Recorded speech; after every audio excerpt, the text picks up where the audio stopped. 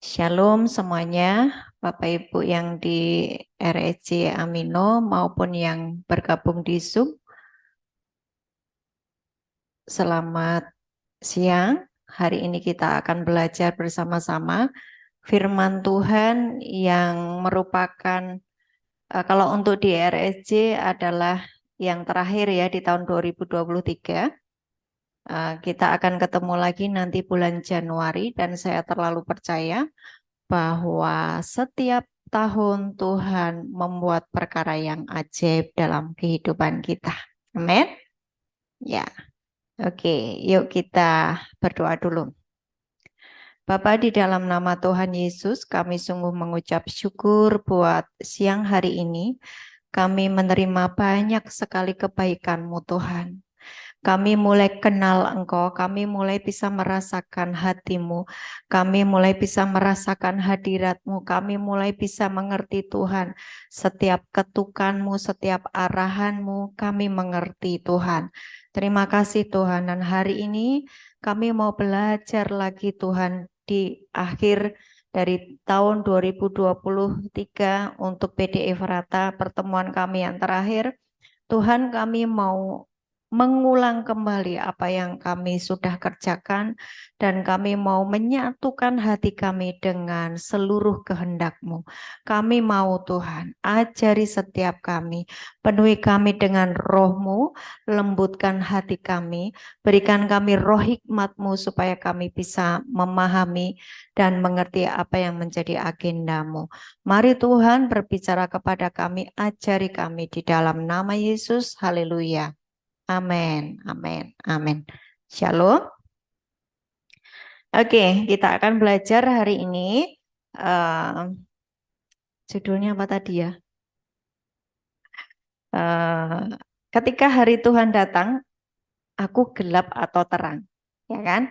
Ketika hari Tuhan datang, aku ini gelap atau terang. Hari Tuhan itu adalah hari di mana Tuhan sedang mencurahkan bisa murkanya, bisa anugerahnya. Ya, tergantung posisi kita. Kalau posisi kita ini berlawanan terus dengan Tuhan, maka hari Tuhan itu adalah hari kegelapan yang luar biasa atas kehidupan umatnya. Tetapi jika kita ini menyatu dengan Tuhan, hari Tuhan itu adalah hari yang di mana kita dinaikkan, kita dijadikan terang dan garam, kita dipromosikan.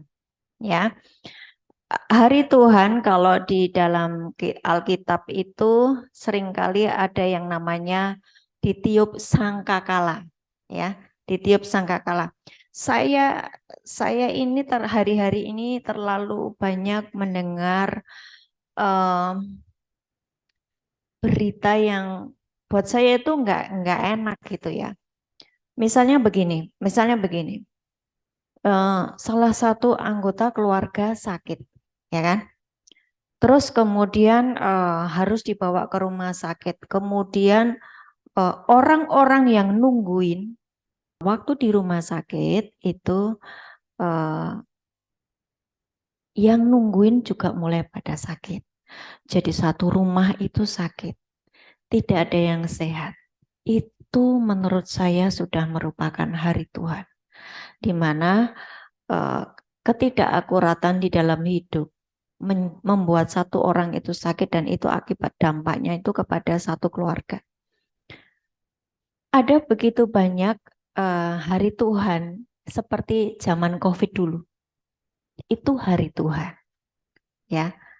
Jadi kita bisa bayangkan. Dan semua yang ditulis di dalam Alkitab itu semuanya pasti akan digenapi dan pasti akan terjadi. Makanya mari belajar firman Tuhan sungguh-sungguh supaya kita ngerti hati Tuhan itu seperti apa dan apa yang harus kita kerjakan. Ya. 2 Tawari 6 ayat 20, 2 Tawari 6 ayat 20, dicatat saja firman-nya nanti bisa dipelajari di rumah. 2 Tawari 6 ayat 20. Kiranya matamu terbuka terhadap rumah ini siang dan malam, terhadap tempat yang kau katakan akan menjadi kediaman namamu. Dengarkanlah doa yang hambamu panjatkan di tempat ini. Garis bawahi, kiranya matamu terbuka terhadap rumah ini. Ayub 34 ayat 21. Ayub 34 ayat 21. Karena matanya mengawasi jalan manusia dan ia melihat segala langkahnya. Ayub 34 ayat 21. Ya, ini dibilang bahwa mata Tuhan itu mengawasi segala jalan-jalan kita. Ayat 22, tidak ada kegelapan ataupun kelam kabut di mana orang-orang melakukan kejahatan dapat bersembunyi. Jadi tidak ada satupun kejahatan yang kita lakukan di tempat tersembunyi itu tidak kelihatan di mata Tuhan. Walaupun kita lakukan segala sesuatu dengan sembunyi-sembunyi, Tuhan itu memperhatikan. Dan Tuhan juga tidak hanya melihat segala sesuatu yang tampak di luar, tapi sampai kedalaman hati kita. Oke, jadi meskipun kelihatannya kita ini baik-baik saja, tetapi jika kita menyimpan sesuatu yang di dalam hati yang tidak selaras dengan firman Tuhan, itu pun ke-expose. Ya. Amsal 15 ayat 3. Mata Tuhan ada di segala tempat, mengawasi orang jahat dan orang baik. Amsal 15 ayat 3, mata Tuhan ada di segala tempat, mengawasi orang jahat dan orang baik. Artinya bahwa hidup kita ini tidak bisa luput dari mata Tuhan. Dan itu engkau pegang, saya pegang setiap hari. Nah, pernahkah Bapak Ibu mendengar cerita tentang Lut? Pernah? Ponakannya Abraham. Ya. Nah, di Kejadian 19 itu diceritakan judulnya itu Sodom dan Gomorrah dimusnahkan, Lot diselamatkan. Sodom Gomorrah dimusnahkan, tapi ada yang diselamatkan, namanya Lot. Kenapa dia diselamatkan? Nah, perhatikan di ayat 19, Kejadian 19 ayat 8. Kejadian 19 ayat 8. Yang bawa Alkitab dibuka dulu supaya ini saya mau kasih lihat ya. Kejadian 19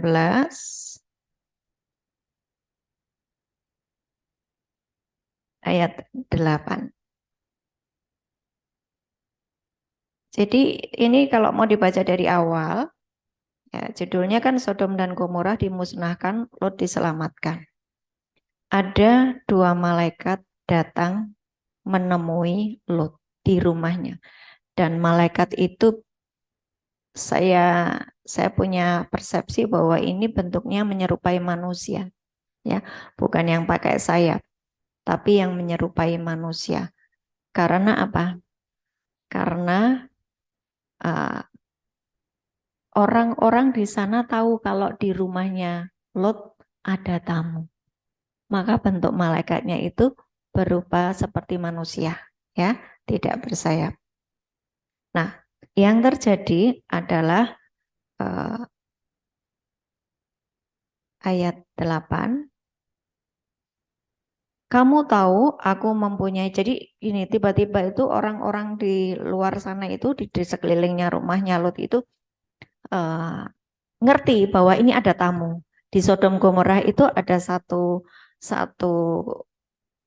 dosa yang amat sangat parah, bahwa seks itu merupakan makanan sehari-hari atau nafas mereka.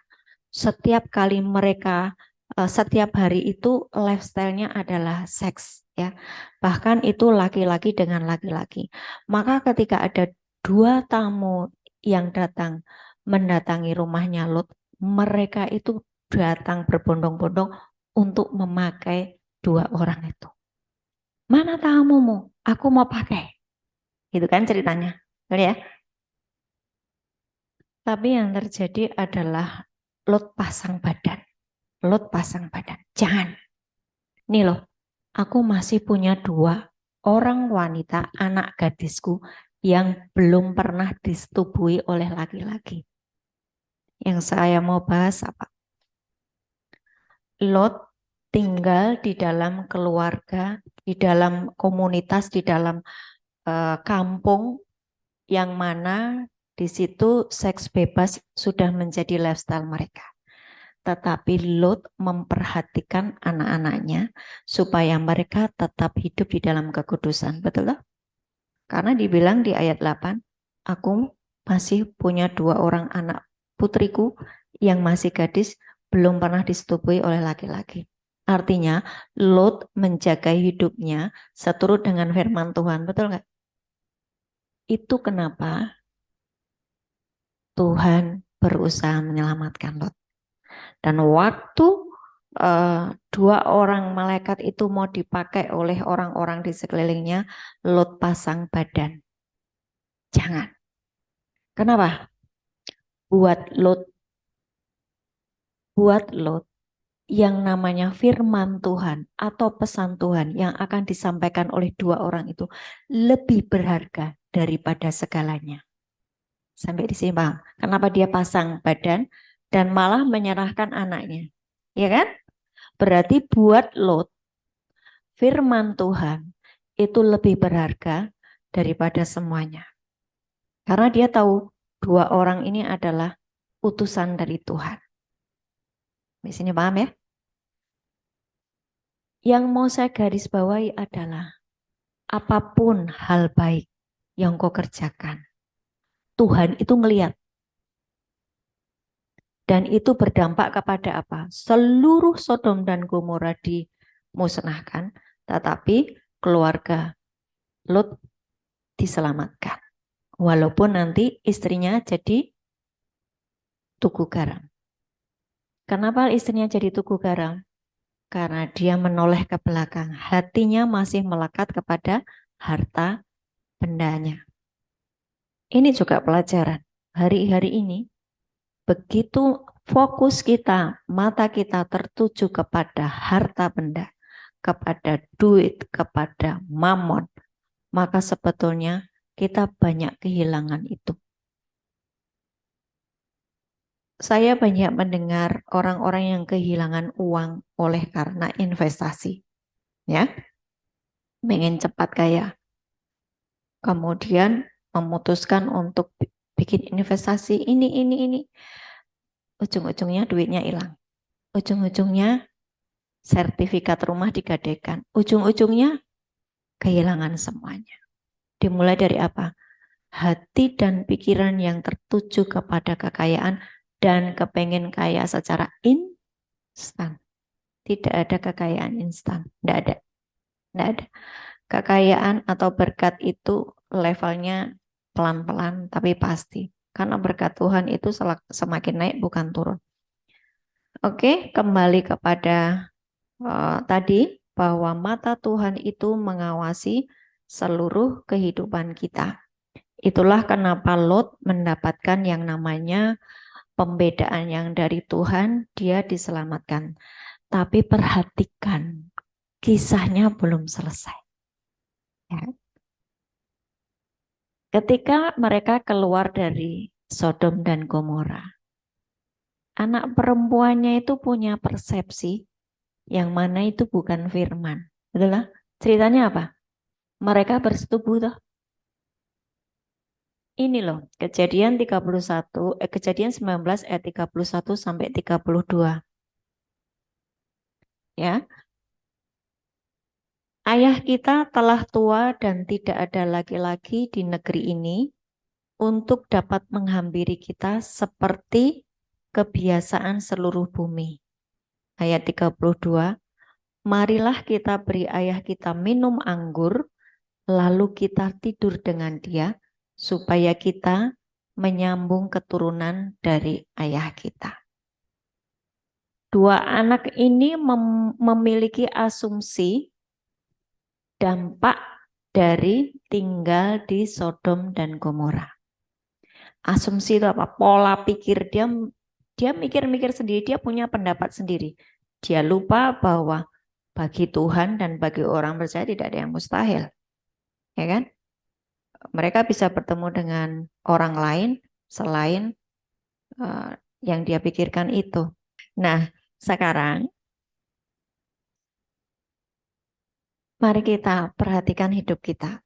Ya, kita tinggal di lingkungan yang tidak baik-baik saja.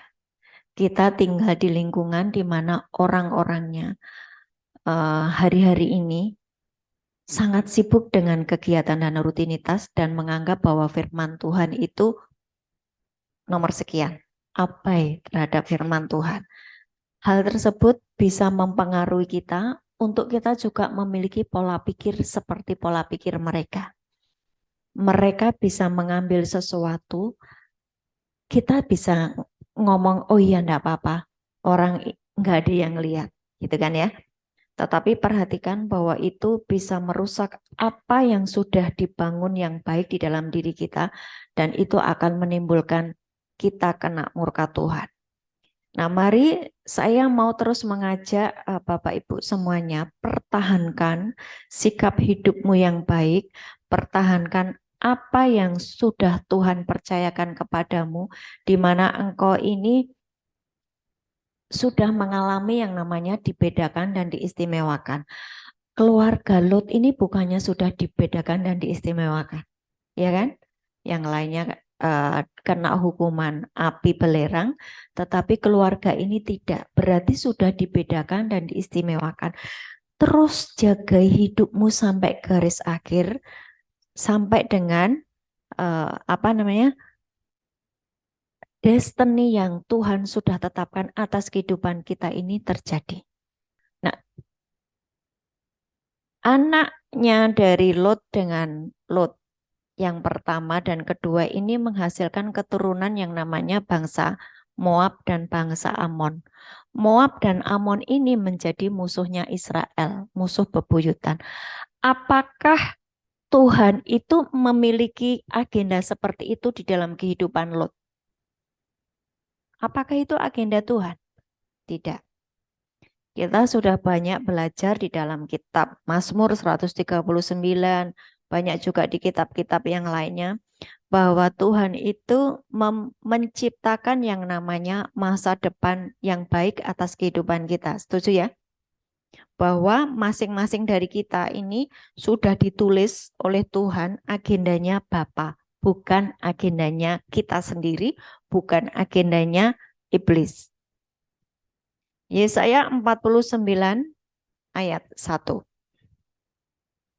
Yesaya 49 ayat 1. Dengarkanlah aku, hai pulau-pulau, perhatikanlah, hai bangsa-bangsa yang jauh. Tuhan telah memanggil aku sejak dari kandungan, telah menyebut namaku sejak dari perut ibuku. Ini sama dengan di Mazmur 139. Ya, bahwa sejak di dalam kandungan Tuhan itu sudah punya planning atas kehidupan kita dan planningnya bukan planning yang jahat. Planningnya adalah rancangannya adalah rancangan yang baik. Lah hari ini kalau hidup kita ini kacau balau, carut marut, segala sesuatu sepertinya kacau gitu loh, nggak seperti yang kita harapkan, nggak seperti keluarga-keluarga yang lain kok mereka mengalami sesuatu yang baik, kok aku enggak. Kita ini mesti tarik ke belakang ya. Ini ada apa yang salah ya? Ayat 2. Ia telah membuat mulutku sebagai pedang yang tajam dan membuat aku berlindung di dalam naungan tangannya. Ia telah membuat aku menjadi anak panah yang runcing dan menyembunyikan aku di dalam tabung panahnya. Perhatikan bahwa ayat ini bukan hanya untuk Yesaya. Ayat ini berlaku bagi kita semua yang membaca dan mempercayainya. Waktu saya dulu belum melayani, saya sudah membaca ayat ini dan saya berkata, Tuhan, aku mau menjadi anak panah yang ada di tabungmu, kau simpan di dalam tabungmu. Ini maksudnya apa? Anak panah itu terbuat dari kayu. Kita kenal yang namanya Yohanes 15 ya. Yohanes 15 ayat 2, ranting-ranting yang sudah berbuah dibersihkannya supaya menghasilkan lebih banyak buah. Betul ya? Yohanes 15 ayat 2 tentang pokok anggur. Kita ini ranting-rantingnya supaya kita ini berbuah banyak dibersihkan supaya menghasilkan banyak buah. Dibersihkan itu sakit, diproses, dibersihkan, dipotong. Itu seperti Tuhan membuat anak panah itu kan dilancipkan, dibersihkan, ya betul ya? Anak panah itu kan dia kayunya lurus dan dia nggak boleh bengkok-bengkok dan dia halus, tajam gitu ya, tajam dan ujungnya itu harus tajam. Anak panah itu diproses untuk menjadi alat yang tajam dan itu disimpan di tabungnya Tuhan. Itu ngomong apa? Ini bicara tentang apa? Komunitas atau di mana engkau tumbuh rohanimu atau di mana engkau bergereja atau di mana engkau dimuridkan. Izinkan Bapak Ibu berada di bawah naungan di mana hidupmu dibersihkan oleh firman, dimentori, diajari. Itu namanya ditaruh di tabungnya Tuhan. Ya. Di mana di situ hamba Tuhannya atau mentornya atau pemimpinnya dia ngerti bagaimana mempersiapkan jemaatnya, mempersiapkan anak-anak didiknya untuk menjadi alatnya Tuhan. Baik, sini paham ya? Saya pada waktu membaca ayat ini, Tuhan, aku mau kau jadikan sebagai anak panahmu yang kau simpan di tabungmu. Dan hari-hari ini, dari waktu itu ketika saya membaca firman ini dan saya berkata, Tuhan aku mau. Hari-hari itu saya belum kemana-mana. Saya sedang disimpan Tuhan, diproses Tuhan, dibersihkan, dipotong semua yang Tuhan tidak berkenan, dihancurkan semua ikatan-ikatan, dihancurkan hati yang keras. Itu namanya disimpan dulu. Untuk kalau nanti sudah siap, engkau akan menjadi anak panah yang melesat di tangannya Tuhan. Set kena Mas Wahyu. Saya berbicara dengan Mas Wahyu. Saya mengucapkan firman. Saya memberi nasihat. Itu loh anak panah di tangan Tuhan. Sampai sini paham ya? Itu terjadi atas kita semuanya. Amin ya? Amin. Ini ayat 4, Yesaya 49 ayat 1 dan 2. Perhatikan ayat 6. Terlalu sedikit bagimu hanya untuk menjadi hambaku, untuk menegakkan suku-suku Yakub dan untuk mengembalikan orang-orang Israel yang masih terpelihara. Tetapi aku akan membuat engkau menjadi apa? Terang bagi bangsa-bangsa, supaya apa? Keselamatan yang daripadaku sampai ke ujung bumi. Ayat ini tidak hanya berlaku bagi hamba Tuhan. Ayat ini berlaku bagi semua anak-anak Tuhan yang engkau sudah ditebus, engkau sudah diselamatkan. Ya, jangan berkata saya tidak pandai berbicara, saya tidak punya kapasitas untuk mengajari orang. Jangan berkata begitu. Musa itu adalah orang yang gagap. Tetapi ketika dia mau diutus oleh Tuhan, maka dia bisa menjadi alatnya Tuhan yang ajaib.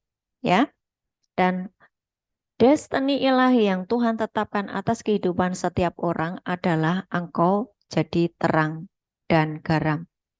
Itu sejak di perjanjian lama. Di perjanjian baru pun Tuhan berkata yang sama. Betul ya? Artinya, hidup kita dimanapun kita berada, sampai garis akhir, engkau harus tetap jadi terang. Masuk di Yoel 2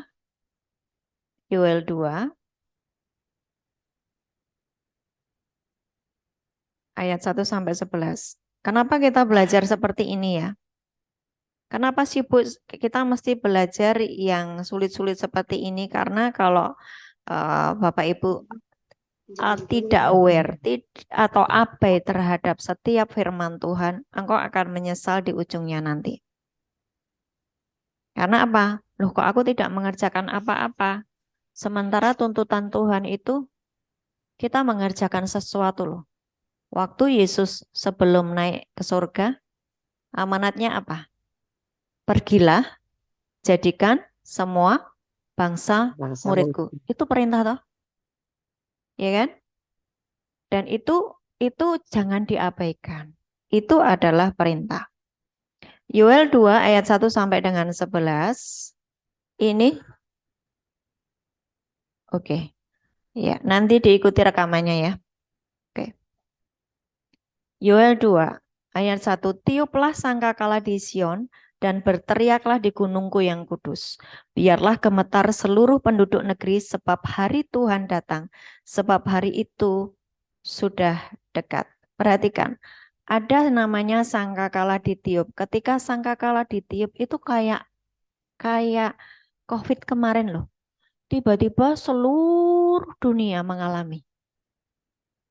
Hari ini pun yang namanya iklim yang aneh gitu ya. Panasnya minta ampun itu seluruh bumi mengalami. Itu jangan diabaikan. Itu seperti sangkakala yang sedang ditiup, ya. Ayat 2, suatu hari gelap gulita dan kelam kabut. Suatu hari berawan dan kelam pekat. Nah, ayat berikutnya berkata, seperti fajar di atas gunung-gunung terbentang, suatu bangsa yang banyak dan kuat yang serupa itu tidak pernah ada sejak purbakala dan tidak akan pernah ada lagi sesudah itu turun-temurun pada masa yang akan datang. Jadi kondisinya gelap gulita, tetapi ada yang tiba-tiba muncul. Sekelompok orang yang itu terangnya seperti fajar. Siapa itu? Saya dan Bapak Ibu semuanya yang mau dipakai sebagai terang. Amin. Lihat? Seperti fajar di atas gunung-gunung terbentang suatu bangsa yang banyak. Artinya ini sebuah gerombolan, sebuah pasukan, ya, sebuah komunitas. Ya. Ayat 3, di depannya api memakan habis, di belakangnya nyala api berkobar, tanah di depannya seperti taman Eden, tetapi di belakangnya padang gurun tandus, dan sama sekali tidak ada yang dapat luput. Ada sesuatu yang aneh ya. Ya. Di depannya api, di belakangnya juga api. Tapi dia sendiri itu taman Eden. Dibedakan, diistimewakan. Seperti lo tadi. Sodom Gomora dihancurkan, tapi dia diluputkan. Dan ini nanti juga akan terjadi pada kita semuanya. Akan ada yang namanya kegelapan yang paling gelap.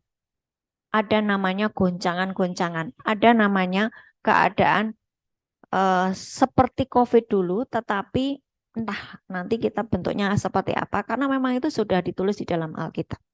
Ya. Tetapi saya sudah ngajari, pastikan kita ini berada di dalam sekelompok orang yang dibedakan dan diistimewakan karena engkau terang. Engkau tidak menjadi sama dengan kegelapan dunia. Maksudnya, dunia ini kan sedang mengalami yang namanya kegelapan. Kita jangan menjadi sama dengan dunia. Kalau engkau sama dengan dunia, engkau akan mengalami yang namanya ya hari Tuhan yang mengerikan itu. Terus ini ayat 4, rupanya seperti kuda tadi loh, sekelompok orang itu tadi yang bercahaya seperti fajar. Rupanya seperti kuda balapan mereka berlari. Jadi kita bayangkan ini seperti pasukan perang, ya. Pasukan perang tetapi dia mempunyai di dalam dirinya tuh ada cahaya, dia bersinar. Seperti kuda balapan. Seperti gemertaknya kereta-kereta, mereka melompat-lompat di atas puncak gunung-gunung, seperti geletiknya nyala api yang memakan habis jerami, seperti suatu bangsa yang kuat teratur barisannya untuk berperang.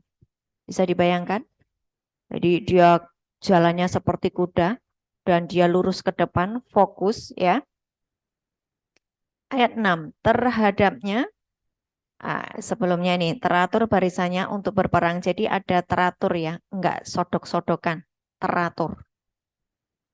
Enggak ada di dalam satu komunitas yang benar itu saling mukul dari belakang. Enggak ada.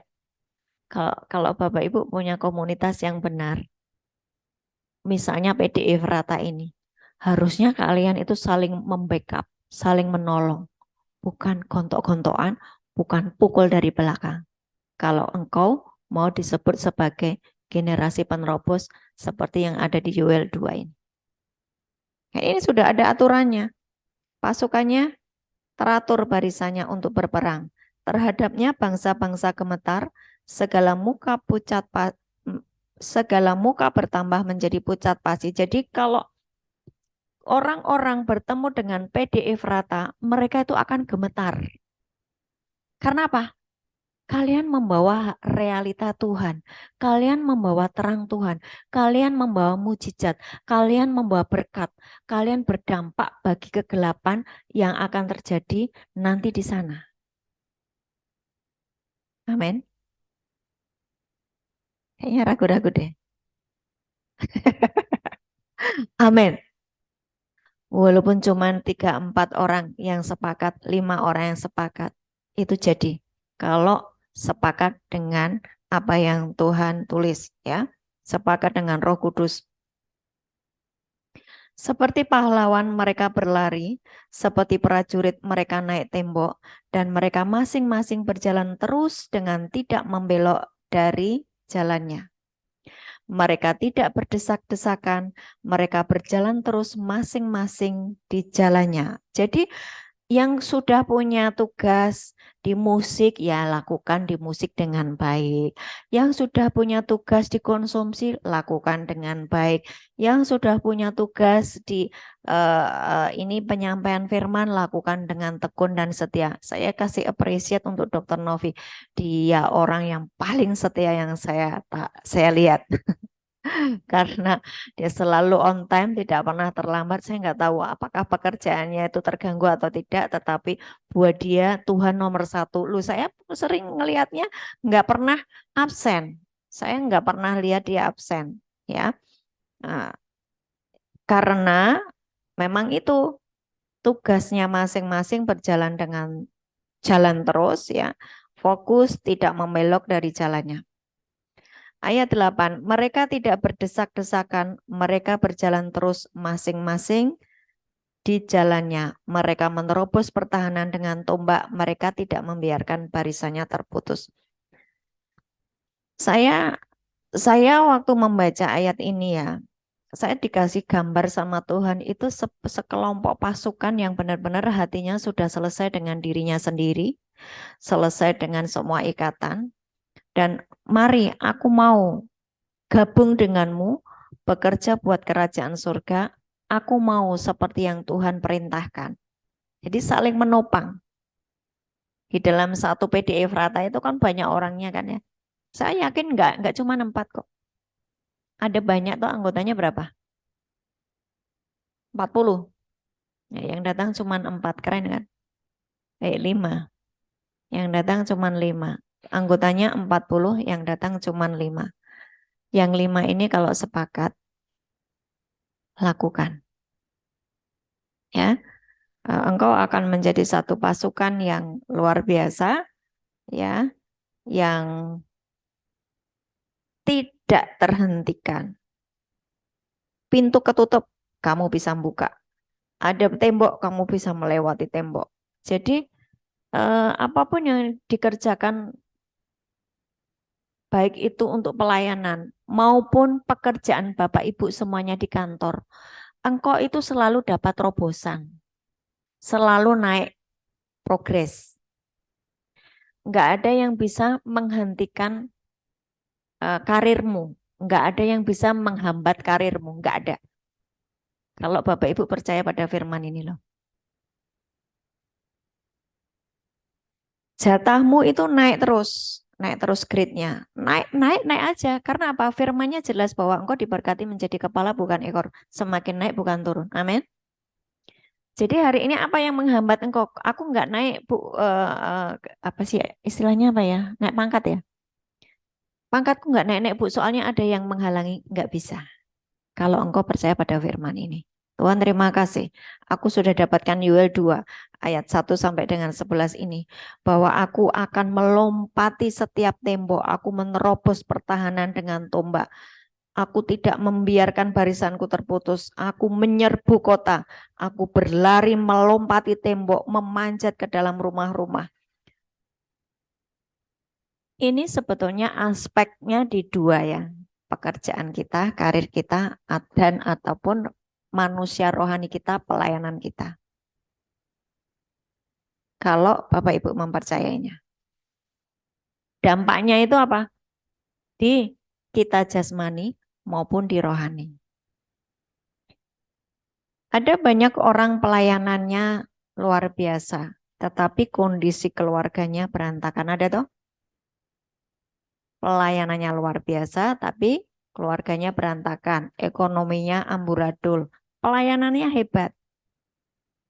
Kalau engkau mengerti Yoel 2 ayat 1 sampai 11 ini, dampaknya tidak hanya pelayananmu, tetapi hidupmu sehari-hari, engkau mengalami yang namanya terobosan demi terobosan. Maka saya bilang bahwa Yoel 2 ayat 1 sampai 11 ini saya sebut sebagai generasi penerobos ya.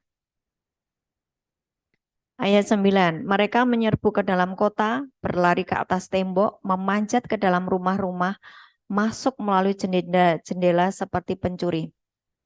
Di dalam pelayanan saya atau di dalam pelayanan orang-orang yang sudah ngerti bagiannya.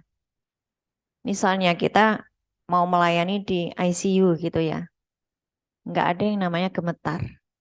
Bu, nggak bisa masuk. Bisa. Pakai handphone. Terus kemudian suruh dia untuk mendengarkan saya ngomong apa. Berarti kan melewati tembok, melewati pintu-pintu, terobos. Nah, waktu kita bisa mendoakan, meskipun itu lewat handphone, orang yang sudah sekarat 1 bulan di ICU bisa bangkit. Bisa bangkit.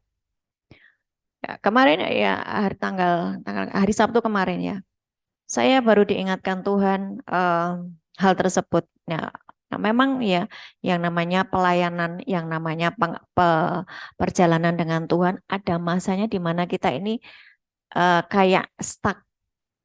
Tuhan, aku rasanya kok bosen ya. Tuhan, aku rasanya kok lelah ya. Tetapi Tuhan itu memberikan penghiburan. Asal kita mau terus, jangan stuck, jangan mandek. Terus, terus, terus. Jadi jangan on off ya Bapak Ibu yang sudah pelayanan ya. Kadang-kadang pelayanan, kadang-kadang nanti aku off dulu, jangan. Karena itu membahayakan apimu.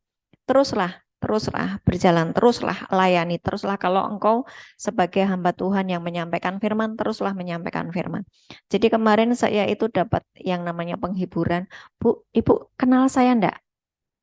Siapa ya gitu kan.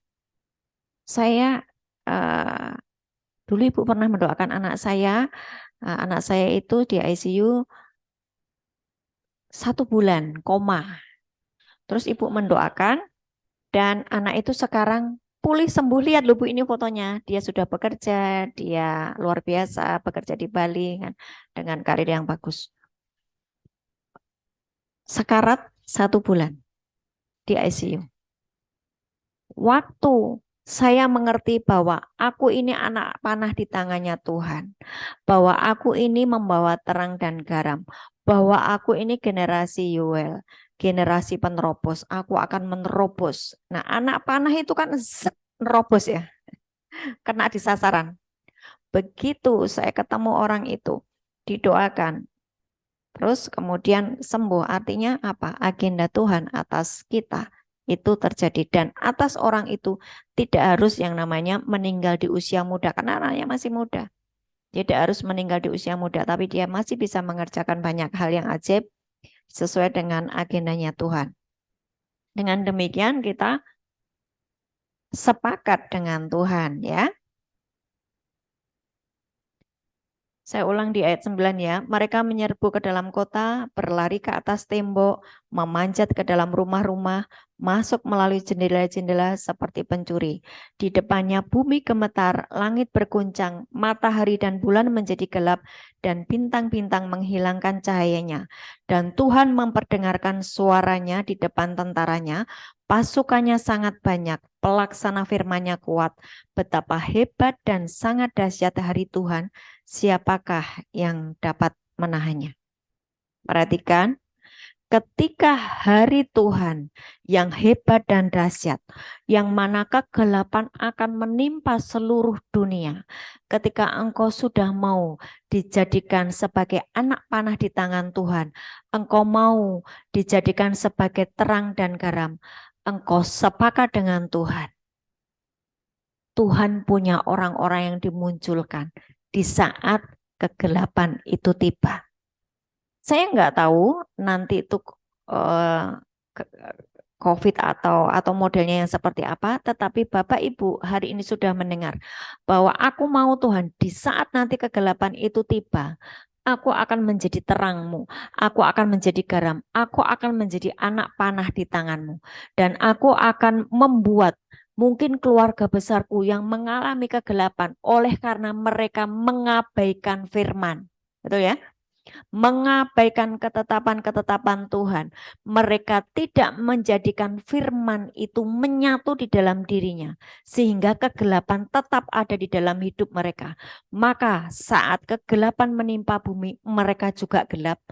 Engkau muncul sebagai terang Tuhan. Ini akan terjadi. Dan saya sudah terus menyampaikan bagaimana kita menjadi terang dan garam, bagaimana kita bisa menarik surga turun ke bumi, bagaimana kita menjadi bait Allah, ya kan? Sudah toh pelajarannya. Bagaimana menarik surga turun ke bumi, sudah toh. Bagaimana kita menjadi bait Allah.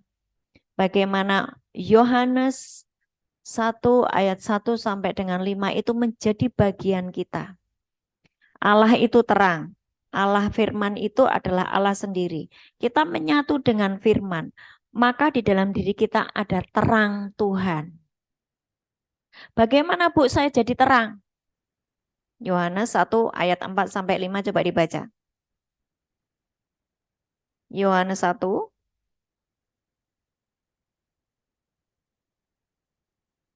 ayat 4 dan 5. Di dalam Dia ada hidup, dan hidup itu adalah terang manusia. Terang itu bercahaya di dalam kegelapan, dan kegelapan itu tidak menguasainya. Di dalam Dia, kalau dibaca di ayat 1, Dia itu adalah firman. Ya. Pada mulanya adalah firman. Firman itu bersama dengan Allah, dan firman itu adalah Allah. Saya sudah ajari terus hafalkan firman. Terus ucapkan firman, terus pikirkan firman.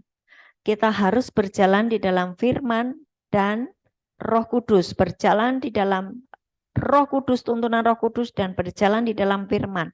Sebab firman itu pelita bagi kaki kita. Firman kita hafalkan, firman kita jadikan paradigma kita, cara berpikir kita.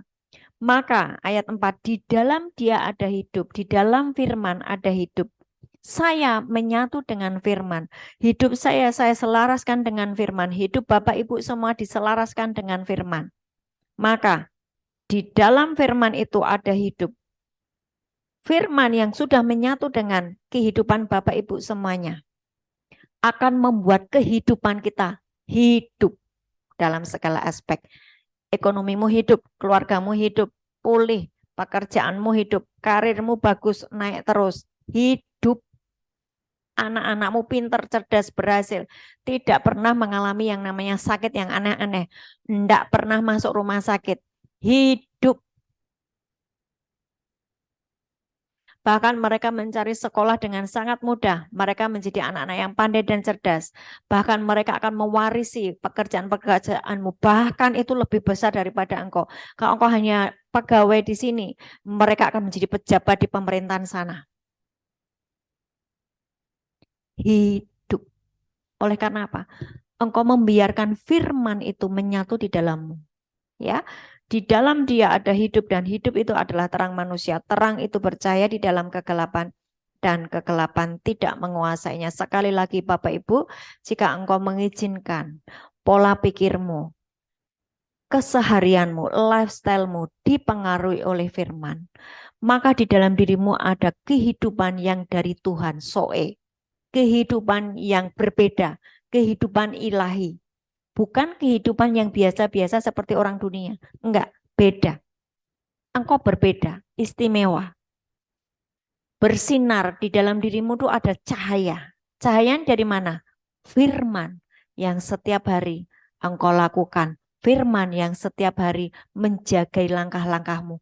Engkau akan menjadi terang, garam, mempengaruhi banyak orang. Saya harap apa yang saya sampaikan bisa ditangkap baik-baik, ya, bahwa Tuhan memanggil kita, membuat kita istimewa, dibedakan. Engkau berbeda dan istimewa. Responi dengan Tuhan, terima kasih. Dan teruslah jalan sampai dengan garis akhir.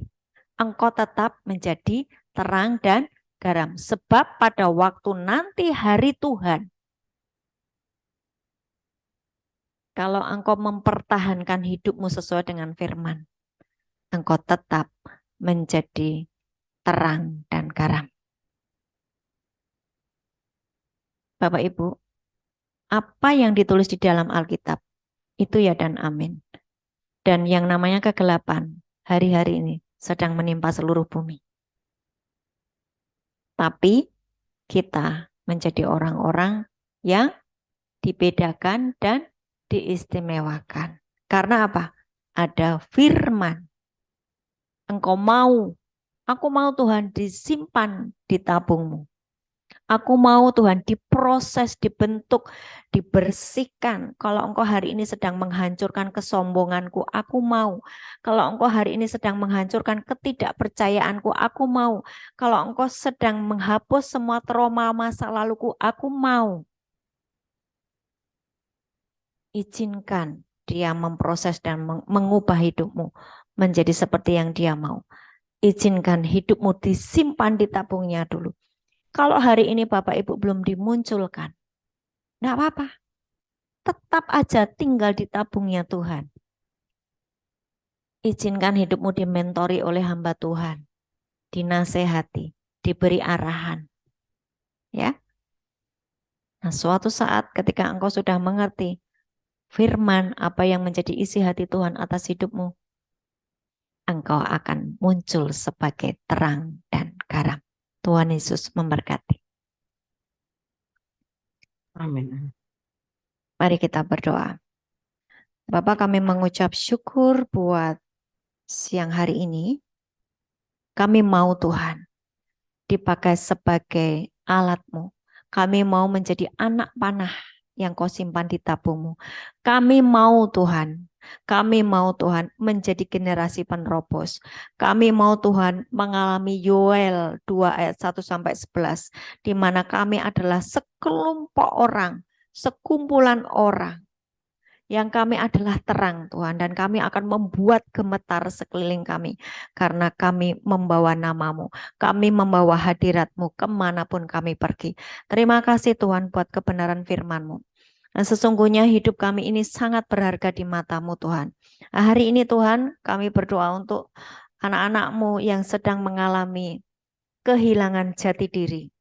Mereka tidak percaya bahwa ada satu destiny yang ajaib atas kehidupan mereka.